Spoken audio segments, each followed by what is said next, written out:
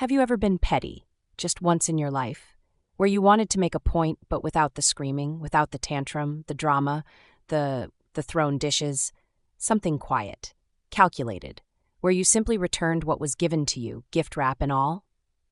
I have, to my own parents, of all people. Now, before you close this out thinking this is another sob story about a miserable childhood, it isn't. My parents loved me. They were present. They paid the bills, came to my graduations, called on my birthday. Gavin and Ruth Harper were not bad people. They just had a favorite, and everybody knew it, including me, including the mailman, I'm pretty sure. This story happened last Christmas, 2025, when I decided that after 30-something years of being the other daughter, I was going to give my parents their own medicine. Not in a cruel way, not even in an angry way, just in a way that made them think. I'll keep this moving because I'm pretty sure you already know how this goes when parents pick a favorite. But stick with me because the ending, I promise, is worth it. My name is Kate Harper James, senior manager at a shipping company, married to a man named Owen who I adore, and until last December I had spent roughly 30 years being perfectly fine with being the daughter my parents forgot to truly see. Keyword, perfectly fine. Turns out, perfectly fine has a limit. My sister Zoe Harper is gorgeous. I say this plainly without bitterness because it is simply objectively true. She has our mother's cheekbones, our father's confidence, and whatever genetic lottery ticket produces the kind of face that makes strangers stop mid-sentence. She walked into rooms the way weather happens, you just noticed it. When she was 16, she started winning pageants, not entering, winning, and that was it. Our household reorganized itself around that fact almost overnight. My parents, Gavin and Ruth, who had previously lived quiet, practical lives, suddenly had opinions about evening gown necklines. My mother learned stage makeup. My father drove 4 hours on a Saturday to watch Zoe place first in a regional competition, then cried on the way home. Happy tears, he said. I was 15. I ate cereal and watched all of this from the kitchen. And look, I understood it. I did. Zoe wasn't just pretty. She was sharp, driven, the kind of person who could win a debate and then apologize so graciously that you'd end up thanking her.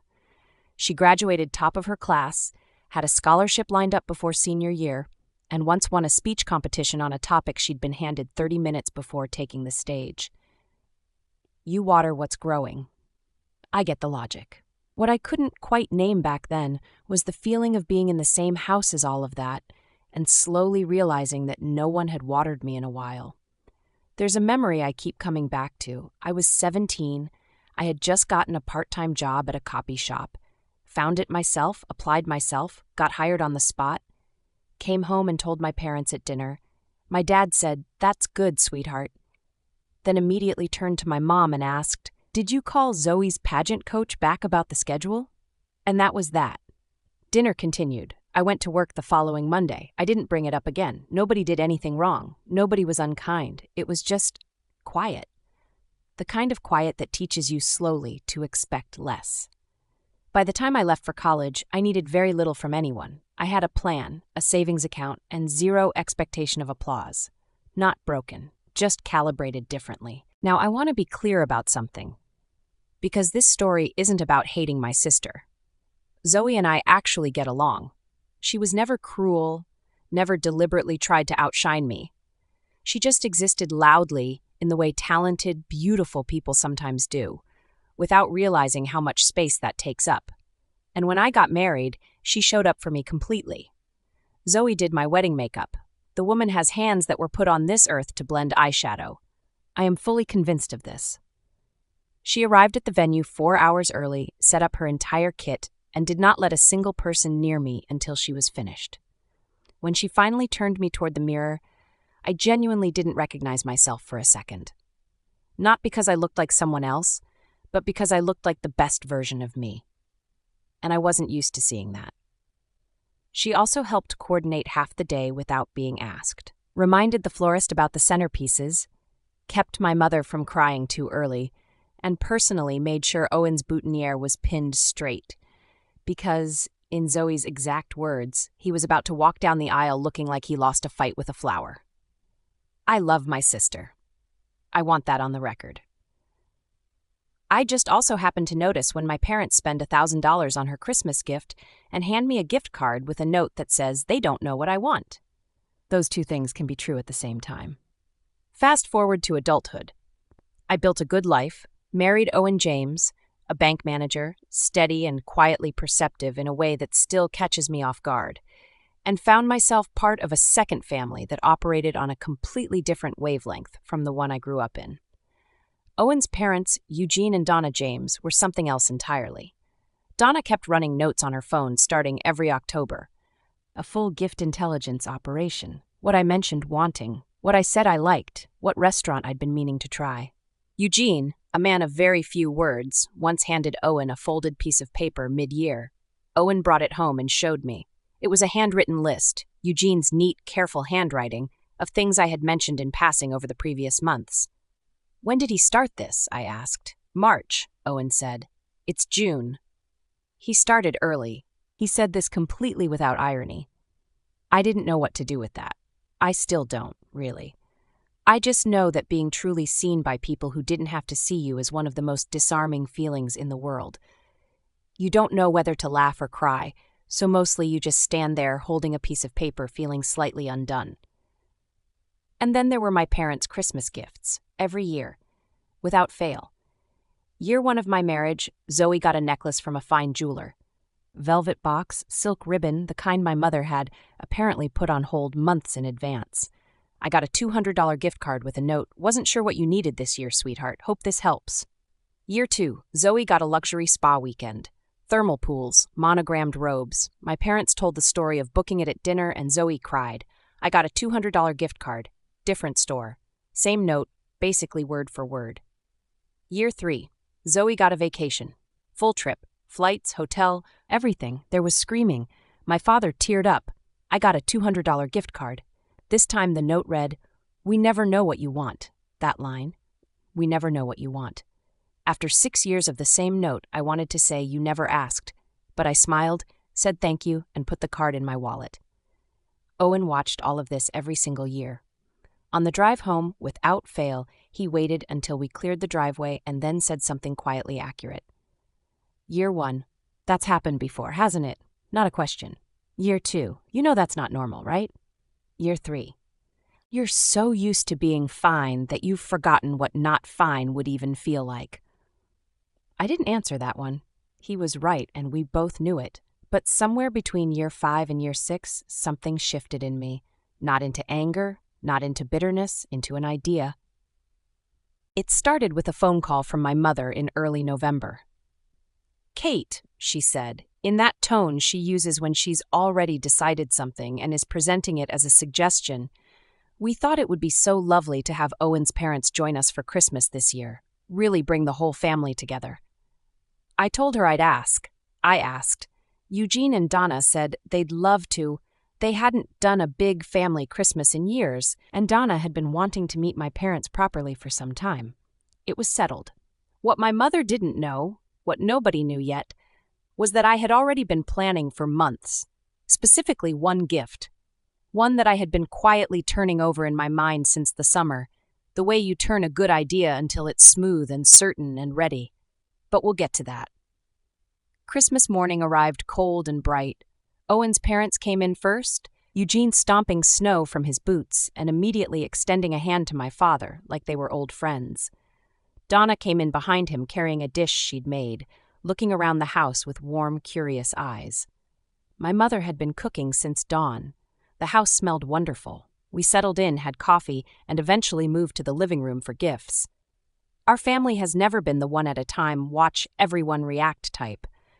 It's more controlled chaos. Things passed across the room, tissue paper everywhere, 3 conversations happening at once. My parents started, the way they always do. Zoe first, naturally. A large box in gold paper. Inside, a full spa retreat weekend. Thermal pools, monogrammed robes, the works. Zoe screamed, genuinely screamed. She launched herself at my mother and then at my father, who beamed like he'd just won something himself. The room laughed. It was a good moment. I smiled. I was used to the opening number by now. Then my parents handed Owen a small, neatly wrapped box. He opened it carefully, the way he opens everything. Methodically. No tearing. Inside was a pen, silver, nice weight to it. His name engraved along the side, Owen James. He held it up and read it quietly. Owen James. "We thought since you work at a bank," my mother said brightly, "you must be signing things all day." "I do," Owen said. He placed the pen back in its little box with great, deliberate care. "Thank you very much." He looked at me. I looked at him. We said nothing, because we are 6 years into this marriage and we have entire conversations without opening our mouths. Then my parents moved to Eugene and Donna. For Eugene, a Home Depot gift card, $200. For Donna, a Walmart gift card, $200. Eugene turned the card over in his large hands, studying it the way he studies most things, slowly, without expression. "Well," he said, in that dry, unhurried way of his, "I could use some lumber." Donna smiled with complete grace and said, "How thoughtful, thank you so much." The voice of a woman who has been well raised and knows how to receive anything politely. I recognized that voice. I had been using it for years myself. And then Eugene and Donna reached under the tree. For my father Gavin, a Home Depot gift card, $200. For my mother Ruth, a Walmart gift card, $200. The room went quiet for exactly 1 second, and then my mother burst out laughing. My father joined her. Eugene's mouth twitched, which, for Eugene, is basically a standing ovation. Donna pressed her hand to her chest and said, "Oh my goodness, we think exactly alike." They laughed together, these 4 people, delighted by the coincidence, completely charmed by it. Over in the corner, Zoe had already opened her phone. Gift card in hand, she was deep in the Sephora website, scrolling through the eyeshadow section with the focus of someone defusing a bomb. She had not noticed a single thing that just happened. I sat quietly and watched all of it. The symmetry of that moment was so perfect, so unplanned, so completely accidental, that the universe itself had apparently decided to weigh in. My parents gave the bare minimum and received the bare minimum in return. Nobody orchestrated it. It just happened that way. I did not say a single word. I didn't have to. Then Donna turned to me with bright eyes and reached for a box they'd brought, large, wrapped in deep green paper with a white ribbon. "This one's for you, sweetheart," she said. I pulled off the ribbon, opened the box, and found a brand new iPad. Current model. The exact one I'd been eyeing for months and kept talking myself out of because my old one still technically worked, cracked screen and all. I looked up at her. "Donna, how did you know I wanted to replace my old one?" She smiled like it was the simplest thing in the world. "We saw your old one, dear." That was it. That was the whole answer. They had simply looked. They had been sitting in my living room one afternoon, seen a cracked screen sitting on the coffee table, and filed it away. No fuss, no announcement, just attention, quiet and steady, the kind that shows up months later, wrapped in green paper. "Oh my God," I said, and then, embarrassingly, my eyes filled. I blinked it back fast. "Thank you, really." Eugene gave a small, satisfied nod. Donna reached over and squeezed my hand. And then, right on the heels of that moment, while the warmth of it was still sitting in the room, my parents handed me my gift. An envelope. I already knew, I think some part of me had always known, every year before I even opened it. Inside, a $200 gift card, and a note in my mother's familiar handwriting. "We weren't sure what you needed this year, sweetheart. Hope this helps." 6 years. The same amount, the same note, nearly word for word. I had just been given a gift by people who noticed a cracked screen on my coffee table from across the room. And now I was holding a gift card from the 2 people who made me, who had known me my entire life, who still, after 30-something years, weren't sure what I needed. Owen's hand found mine on the cushion beside him. Didn't squeeze, just rested there. "Thank you," I said, and I meant it, the way I always mean it. Then I stood up to hand out my gifts. For my mother Ruth, the high-end blender she had mentioned wanting for nearly a year. Every phone call where she cooked something, that blender came up. I had been listening. She opened it, and her face lit up. "Kate, this is exactly the one I wanted." She said it with complete sincerity, without a trace of awareness about what she'd just confirmed. For my father Gavin, a set of premium handmade fishing lures from a specialty shop. He'd taken up fishing 2 years ago and narrated the hobby at every opportunity to anyone who would hold still long enough. He read each lure's name aloud, slowly and happily. "These are beautiful. Kate, these are really something." For Zoe, a Sephora gift card. Not lazy, strategic. Zoe speaks fluent Sephora. It is her native currency and she knows how to spend it better than anyone alive. She looked up from her phone just long enough to grab my arm. This is literally perfect. How did you know? Because I pay attention, I said pleasantly. She nodded, satisfied, and went back to her phone. Zoe had not brought gifts for anyone. She'd texted me in December to say she was broke and could we skip the exchange, and I'd said of course. She came anyway, received her card, and that was that. No judgment, just context. And then, last, I picked up the heavy cream envelope I had been saving all morning. I walked it over to where Eugene and Donna were sitting together on the couch and held it out. "Merry Christmas," I said. Donna looked at the envelope, then at me. "Kate, you really didn't have to." "Open it," Owen said from across the room, smiling in a way that meant he had known about this since July and had been waiting patiently this whole time. Donna opened it, unfolded the paper inside, read the first line. She put her hand over her mouth. 5 nights in Aspen, fireplace in the room, mountain view, breakfasts included, the kind of trip that exists in photographs you keep forever. I had booked it in the summer, the third time Donna mentioned that she and Eugene hadn't had a real vacation since their 30th anniversary. Always as a plain fact, never a complaint, never asking for anything, just saying it the way you say things you've quietly accepted. I had been listening to that too. "Eugene," Donna said, very quietly. "Eugene, look at this." He leaned over and read it. Then he reached out and took both of my hands in both of his, carefully, the way you hold something you don't want to drop, and said, "Kate, my goodness."